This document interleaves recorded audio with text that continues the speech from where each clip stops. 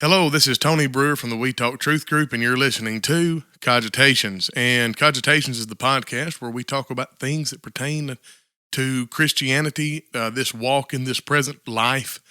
We think deeply about it. We scrutinize the truth. Cogitations is a word in English that means to deeply think and to mull it over, to really give thought to it. It's found in the King James Version of the Bible. Daniel wrote, "Hitherto is the end of the matter. As for me, Daniel, my cogitations much troubled me, and my countenance changed in me, but I kept the matter in my heart." That's Daniel 7:28. The idea is we're not going to keep the matter in our heart. We're going to think about it, we're going to talk about it. We're going to get it out there because the idea is we'll have very chaotic thoughts in our minds sometimes, and we need to talk about it. This podcast is, I think this is episode, let me see here. Let me go down here. 60. This is episode 65. And I've had such wonderful feedback. About 80% of these episodes are viewer driven. In other words, these come from comments, these come from questions, stuff that I see in the We Talk Truth group, just about every one of these. And I do schedule them, so if I make a Cogitations episode and it seems like, well, he must be making that because of me. Well, I could be, but it could be that it's just coincidental. Anyway, we've got a bunch of folks in the live stream. Thank you so much for tuning in. Let's get started with the podcast. Cogitations about gun violence and self-defense.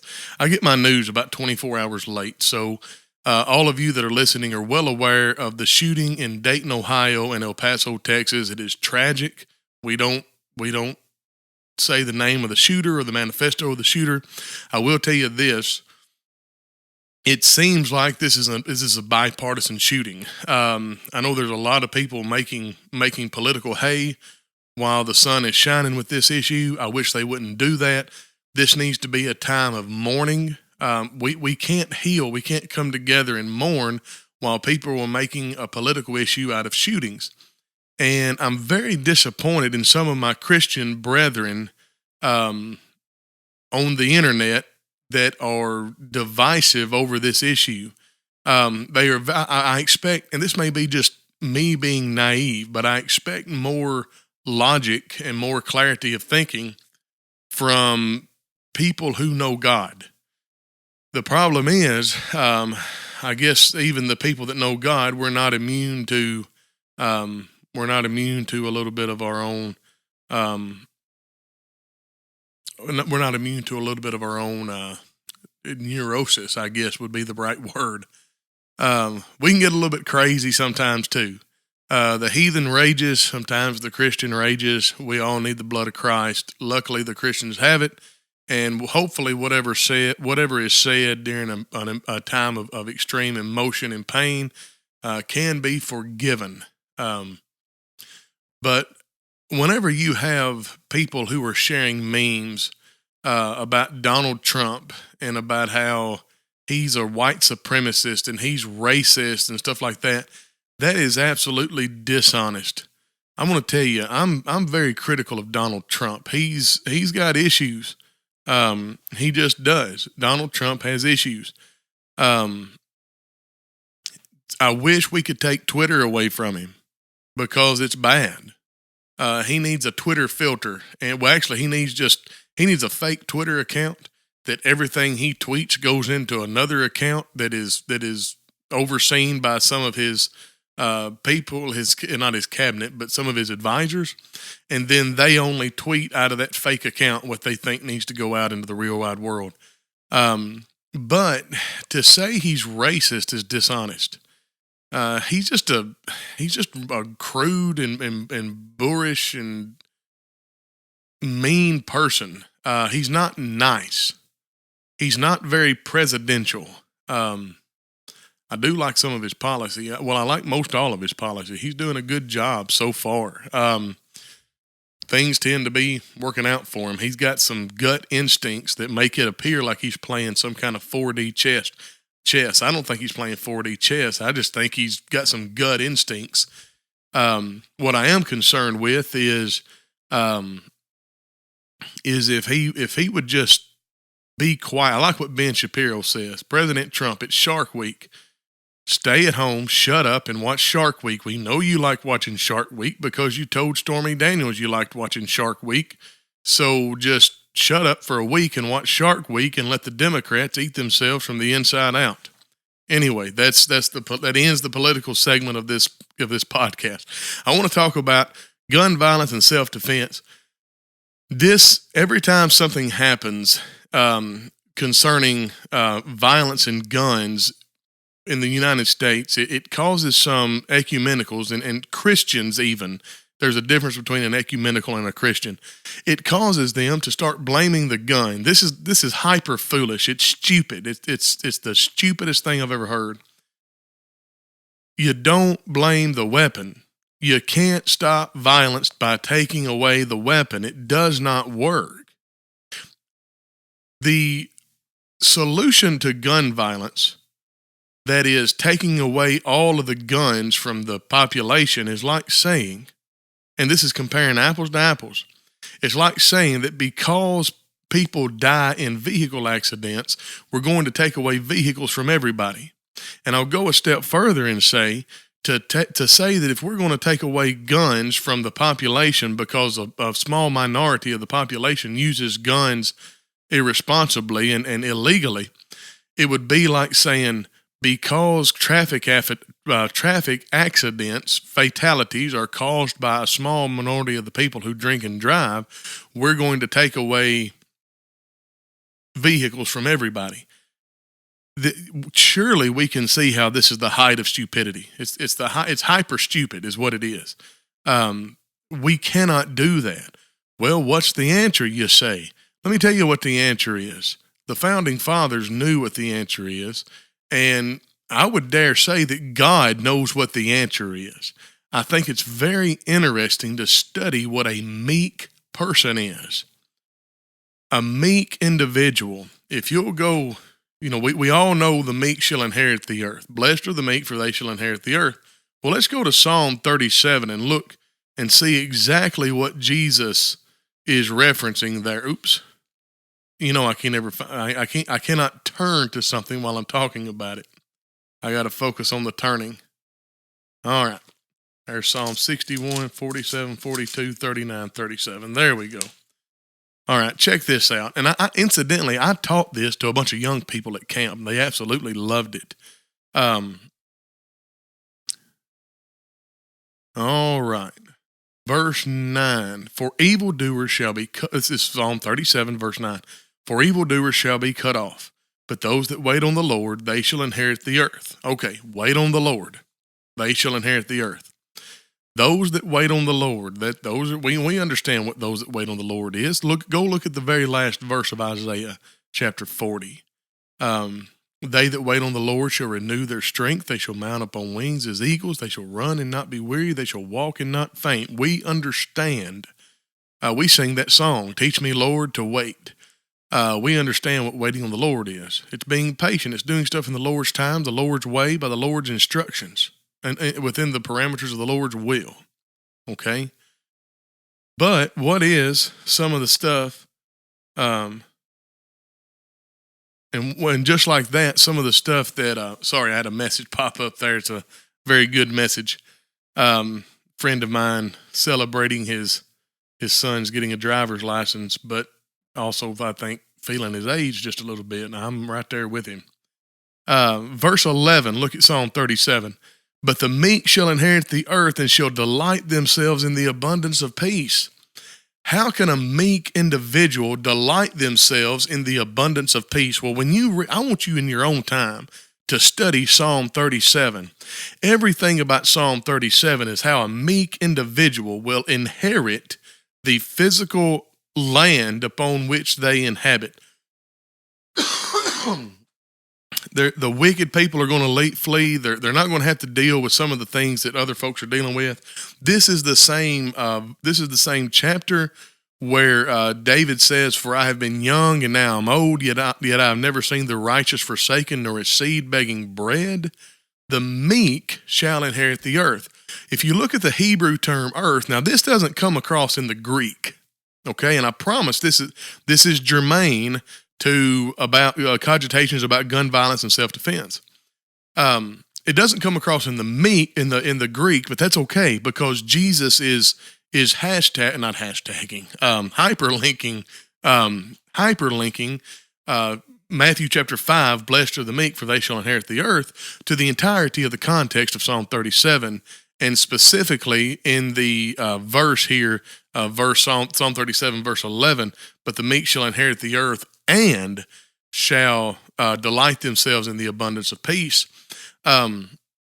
This word earth in the Hebrew is figurative. It's a figurative word, or can be a highly figurative word for the meek shall inherit the place where they're supposed to be, the place where they're currently residing.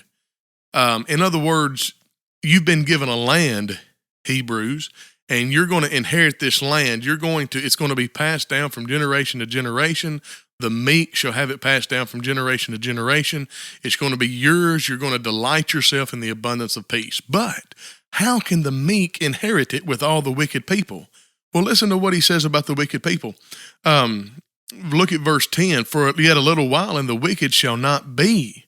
Yea, thou shalt diligently consider his place, and it shall not be. So the wicked shall not have a place in this earth that's being talked about by the psalmist in Psalm 37.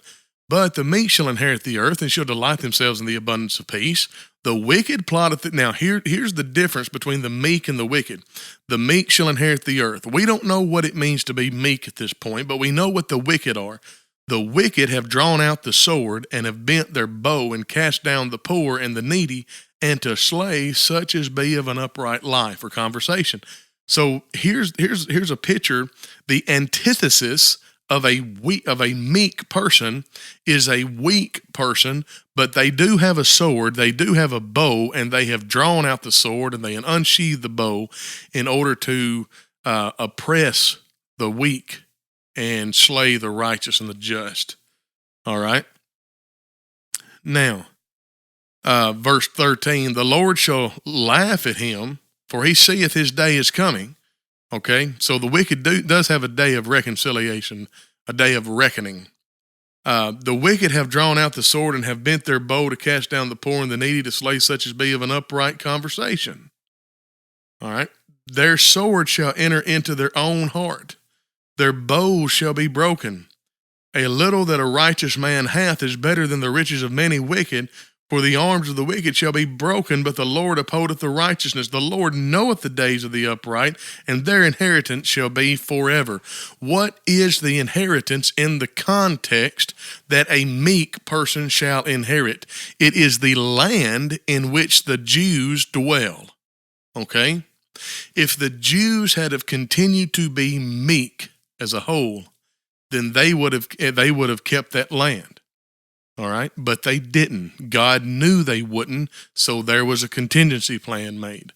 God didn't make a plan in contingency. That was a contingency plan for the Jews that was made from the beginning of time, because God knows and sees all things. I just want to make that very clear. I'm not saying that God ever had to come up with a plan on the spot. All right, so spiritual application, 21st century application, or first century application. The blessed are the meek, for they shall inherit the earth and enjoy the abundance of peace. What's it say there? I can't remember verse 11. And shall delight themselves in the abundance of peace. Folks, Jesus is saying the meek shall inherit the place of their promise. This is a spiritual kingdom that Jesus is talking about in Matthew chapter 5. The meek, only the meek are going to inherit the spiritual kingdom. It's the people with backbone. It's the people that are able to stand up with their sword and their bow, because remember, the weak individual in Psalm 37 is the antithesis of the meek individual. If the weak individual has a sword and a bow, then the meek individual has a sword and a bow. The difference is the meek individual uses their sword and bow not to oppress the weak and to destroy the just and the righteous, but to protect the weak and to strengthen the just and the righteous. All right. That is a meek individual. And it's that person that, incidentally, that dangerous person that will inherit, in the first century, will inherit the kingdom to come, and in the Christian age will inherit heaven eternal. Okay. Has nothing to do with a location. It has to do with the new heavens and the new earth. A lot of times, people use verses and stuff like this to create doctrine that just doesn't follow along with what the Bible says as far as the renewed heaven and the renewed earth. But that may be a cogitations for another time. Now, what does that have to do? What does that have to do with gun violence and self-defense? God does not expect people to be pushovers. He understands the idea of being dangerous. Do you understand that you can't be a meek person unless you have a sword and a bow and you're able to use it? There's got to be a certain amount of danger about you. Talking to some of those kids at camp, I had one that come up to me and he wanted to talk after I taught a lesson, and he said, "Hey, I just have a problem." He said, "I'm scared that I don't know whether or not I'll be righteous because I've never been tested. I don't have a story. I don't have a trauma or a tragedy that I've never passed through the fire." It was his concern. Of course, we talked for quite a while and asking questions and active listening and stuff like that. He has passed through the trial. He has been tested. He has been tried. He is just he's kind of like Daniel. There ain't nothing to the boy but backbone. I guess I should say a man. He's a young man. There's nothing to him but backbone. He just weathers the test. This is a very formidable young man. But he was thinking because he had never experienced some great tragedy to which he could point and say, "See, I've been tested," that he might be subject to fall in the day of trial. I assure you, he will not. Not that he can't, but this boy's character, this young man's moral character, is very strong. Now, why was that? Oh, yeah. So you've got to be somewhat dangerous in order to be meek. You can't be a weak individual and be meek. You've got to be strong. God expects this. God understands this. Oh, that's great. I've got slow internet. It says my video is interrupted. We'll just keep on recording, and then I'll upload this as we go. Now, hopefully I'm back. Let's go to the book of Luke. I shared a meme I very rarely do this. I shared a meme on my personal timeline, and I want to describe it to you. How to end terrorism. 3 steps. Number 1, buy a gun. Number 2, learn how to use that gun. Number 3, carry that gun everywhere you go. If you are not willing to protect yourself, why do you think anyone else is? Well, that's a good meme, and it's general. Okay, it's general, and the rebuttal is, well, let me just. I cited Luke 11, 11:21. Where is that? Right here. When a strong man armed keepeth his palace, his goods are at peace. Well, that's good. That is a proverb. Okay, it's not a proverb from the book of Proverbs, but a proverb is a short, pithy statement that encapsulates or illustrates a general truth. It is generally true that when a strong man armed keepeth his palace, his goods are at peace. But Jesus teaches a lesson from the exception to the rule. And he makes a spiritual application. You see, Jesus had just been accused of casting out demons by the authority of Beelzebub, or the devil, okay? And here he says, verse 22, "But when a stronger than he shall come upon him and overcome him, he taketh him all his armor, wherein he trusted, and divideth his spoils." Well, the idea is Jesus is the man that comes in to the devil's domain and he binds the devil, and he takes his armor, he takes his weapon, he takes everything in which he trusted, and then he spoils his goods. All of the goods here that of Satan represent everything that Jesus came in and stole from Satan represent humanity. Okay, that's the idea. Jesus said, "I didn't cast out demons by Beelzebub. If that were true, then a house divided against itself can't stand."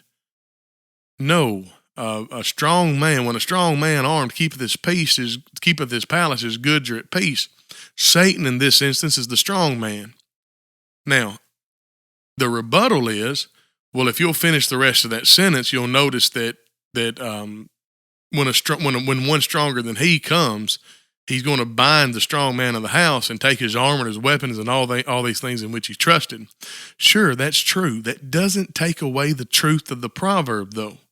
Jesus used the proverb, and the only reason the second part of that makes sense is if the first part of it is true. The first part of the proverb is true, so the lesson that Jesus teaches makes sense. That's what I'm trying to say. I got my thoughts all cross-wired. All right, let me make sure I can reiterate this. Jesus uses the truth of a proverb to teach a spiritual lesson. The truth of the proverb is when an armed man keeps his palace, his goods are at peace.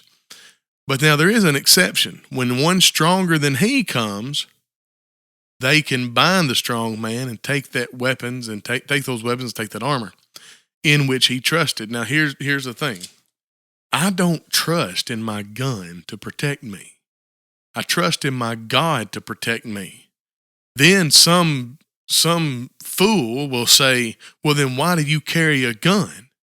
The same reason I lock my doors when I leave the house, or the same reason I lock my vehicle when I park it at the mall. I trust in God, but I'm not stupid. I trust in God, but I lock my door at night. I don't trust in the lock to keep me safe through the night. I trust in my God. I don't trust this gun to keep me safe from evil doers. I trust in God. I don't trust in my door locks on my vehicle to keep my vehicle safe and keep the goods in my vehicle safe. I trust in God. Can we see where we're going with this? I go to the doctor when I'm sick. I don't trust in the doctor to heal me. I trust in God. Why is it that we get so stupid when it comes to gun violence?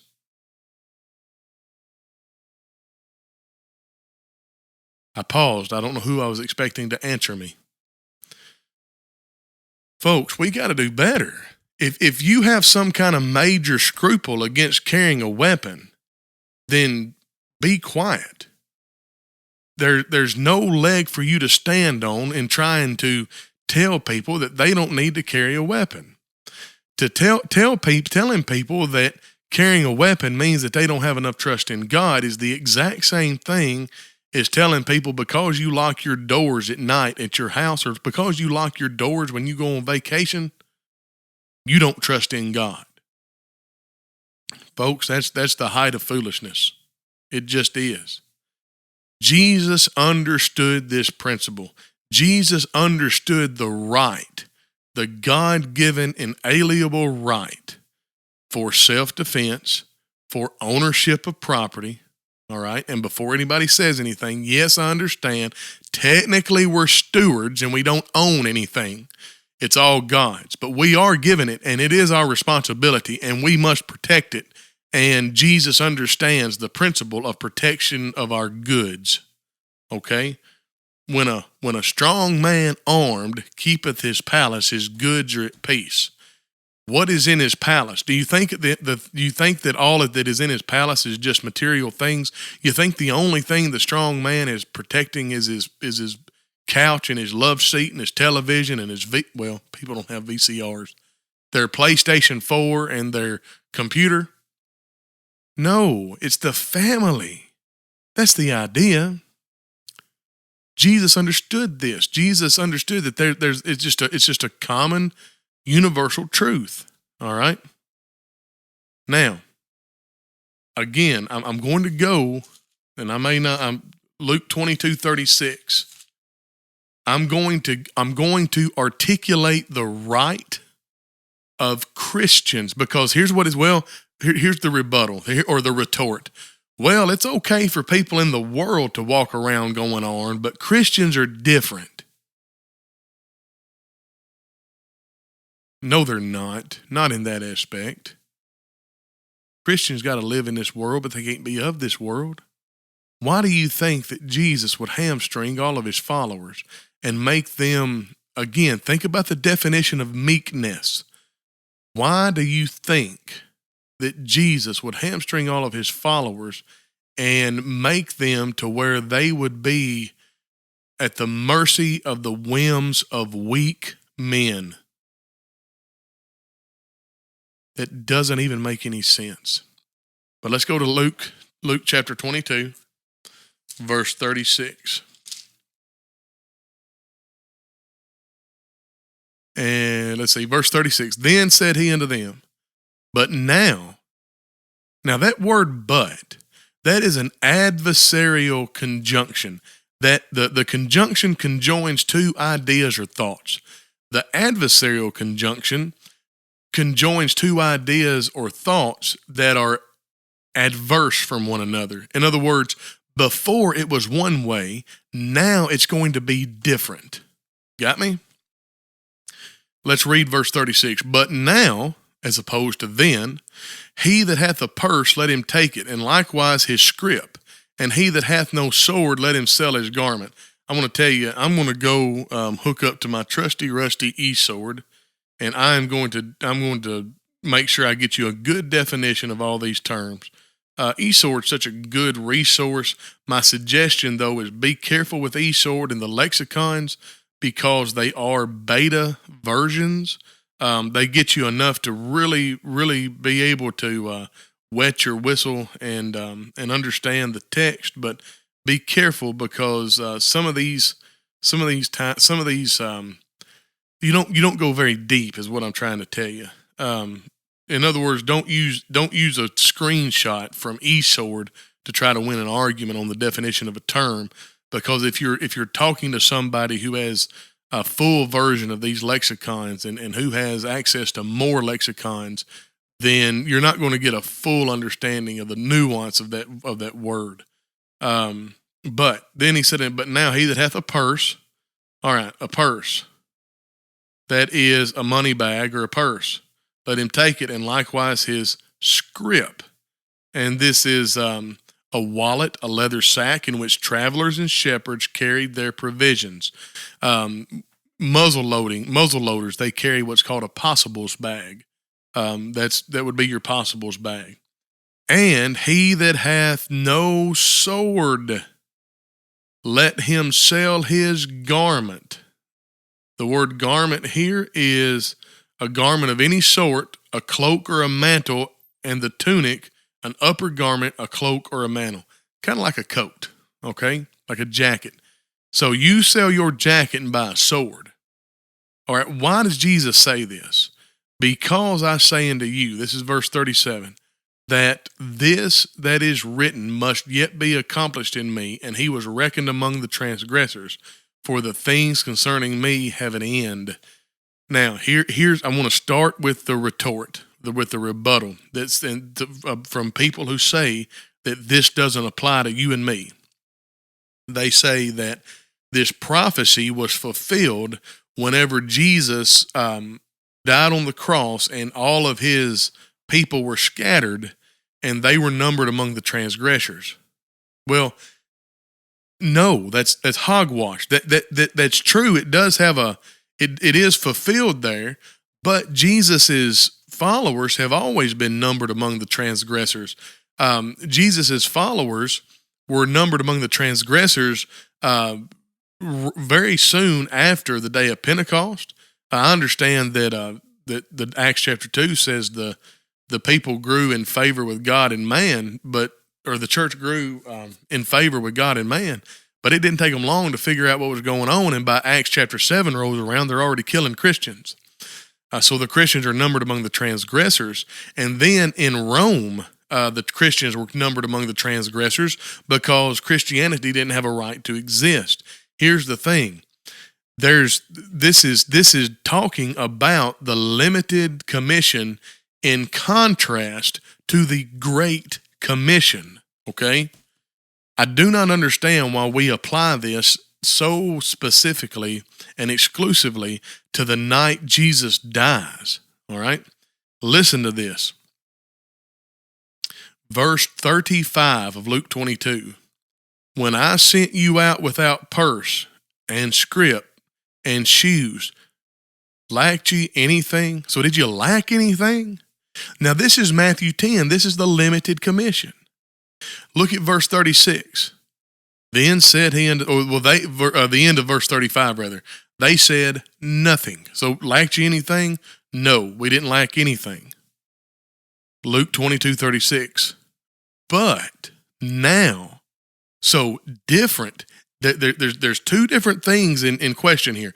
The limited commission when I sent you out without purse, without scrip, without shoes, without anything. Did you lack anything? No, we lacked nothing.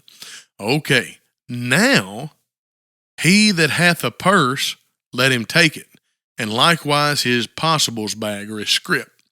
And something uniquely different, he that hath no sword, let him sell his garment and buy one. For I say unto you, that this that is written must yet be accomplished in me. And he was reckoned among the transgressors, for the things concerning me have an end. Now this confused them, it seems like, no end. So they said, Lord, behold, here are 2 swords. And he said unto them, it is enough. Now I'm going to explain, I've explained this several times on podcast. I'm going to explain it again here. When I was young, I used to think that 2 swords out of 12 apostles was a good ratio, but that doesn't make sense. They had 2 swords amongst 12 apostles. That means 10 people needed to go out and sell their cloak and buy a sword. You got me? What does it mean when he says it is enough? Well, this is one reason why I've got my trusty rusty e-sword pulled up. The word means ample or fit, able and content enough, good, great, large, long, many, meet, M-E-E-T, security, source, sufficient, worthy, okay? The idea, according to Thayer, is sufficient in ability. He didn't say it is enough, and the word enough talks about the quantity. The word enough is talking about the type of sword. So it's not, and I love my King James, they messed it up here. Either that or 400 years ago, the word enough had a different usage than it does today. Hey, we've got 2 swords, Jesus. And he said, those swords are ample. Those swords are sufficient for the task. That's what that verse means, right? And incidentally, the kind of swords that are talking about is a small sword is distinguished from a large sword, a curved sword for a cutting stroke, a straight sword for thrusting. This is the same word that is used in Romans chapter 13. Let's see, right here. Let me get it. For he is the minister of God, Romans 13:4. For he is the minister of God to thee for good. But if thou do that which is evil, be afraid, for he, listen to it, beareth not the sword in vain, for he is the minister of God, a revenger to execute wrath upon him that doeth evil. This is the same kind of weapon that the government used. God tells his apostles, go and, let me see, where was I? Luke 22:36. Go sell your coat and buy a sword. Now, let's see. Right there. Now, Luke 22:36 and following. He says, go sell your cloak and buy a sword. And again, another retort is, well, he was just telling the apostles that. Let's go to the book of Matthew, chapter 28, verse 18 and following. And Jesus came and spake unto them, saying, all authority is given unto me in heaven and in earth. Go ye therefore and teach all nations, baptizing them into the name of the Father and of the Son and of the Holy Ghost, teaching them, now listen to it, teaching them to observe all things whatsoever I've commanded you. An apostle baptizes you and then teaches you to observe what Jesus commanded him. Do you know what Jesus commanded the apostle? Sell your coat and buy a sword. So you would get that lesson. You would get that lesson from an apostle. Now, you are to do the same. Go teach all nations, baptizing them in the name of the Father and the Son and the Holy Ghost, teaching them to observe all things whatsoever Jesus taught the apostles and whatsoever the apostles taught you. What did the apostles teach you? All of the things about Christianity, one of which is including go sell your coat and buy a sword. Folks, it is unget-overable. Christians have a right to self-defense. The answer to large-scale gun violence is trust in God and arm yourselves to the teeth. I do not understand the problem with this. I do not understand what people have an issue with this today. I wish that these panty-waist, girly men, wannabe virtue-signaling, left-wing ideologues would stay out of the public debate and stay out of the public forums and get off Facebook trying to parse the Bible. If you want to get in there and you want to talk about gun control and you want to do this, that, and the other, that's fine. Leave Jesus and God out of it. Because Jesus and God have already spoken, and it's right here in this book. When a strong man armed keepeth his palace, his goods are at peace. Trust in God, but arm yourself. Just like you would trust in God, but lock your doors at night. Just like you would trust in God, but you would lock your car when you get out at the mall. Just like you trust in God, but you would go to the doctor if you're sick.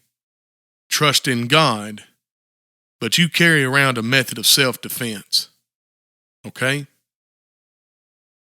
I'm telling you, I'm not going to say that. We've got to do better. All right. So that's really all I've got. I appreciate everybody. I hope I made this plain. I hope I made it clear. I'm not advocating needless violence. I don't think we ought to run around like a bunch of cowboys wearing our guns on the outside of our coats and daring somebody to knock a chip off our shoulder. Again, we've got to study what meekness is. What is meekness? Meekness is having a sword and a bow and using it to protect the weak and to strengthen the just and the righteous. All right? Anyway, www.patreon.com/near churches if you like what we do. And if you would, share this with your friends, subscribe to our Podbean channel, subscribe to our Apple Podcast channel. And I think you can catch us on, You can catch us on TuneIn Radio on Cogitations. I don't know if there's any place else that you can catch, or if any of our other podcasts are on TuneIn Radio yet, but We Talk Truth is. Let's see. What else do I want to say? Well, that's about it. Just like our content, share our content. We appreciate you, and hopefully we will be back tomorrow for another episode of Cogitations, episode number 66. Man, these things are just going by. I'm interested to see what I do at polishing the pulpit. I don't know if I'll pre-record Cogitations episodes or to be released while I'm gone to polishing the pulpit, or if I'll just record Cogitations episodes while I'm at polishing the pulpit. Anyway, we'll cross that bridge when we get there. God bless you, and we'll catch you on the flip side.